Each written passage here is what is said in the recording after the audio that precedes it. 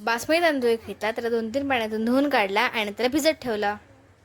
आम्ही सोयाबीन घेतले, त्याला गरम पाण्यात ठेवले आणि त्यानंतर त्याच्यामधलं सगळं पाणी काढून घेतलं आणि त्यानंतर त्याला हळद, मीठ आणि मसाला लावून ठेवून दिला थोड्या वेळासाठी. आणि आम्ही आलं लसूणची पेस्ट बनवली आणि 2 मोठे कांदे आणि 3 टमॅटोसुद्धा चिरले.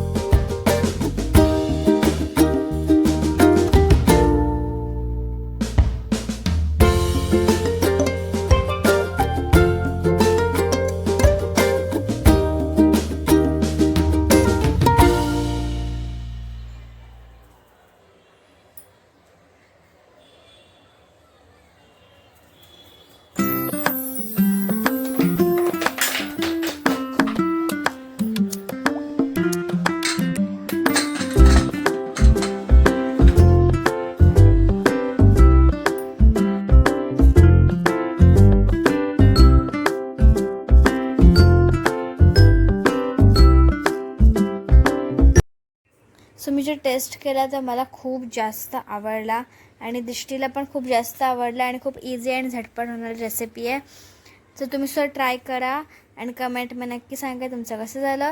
सो जर तुम्हाला आजचा व्हिडिओ आवडला असेल तर प्लीज व्हिडिओ लाईक करा, शेअर करा, चॅनलवर नवीन असेल तर सबस्क्राईब करा. भेटूया नेक्स्ट व्हिडिओमध्ये. Bye bye.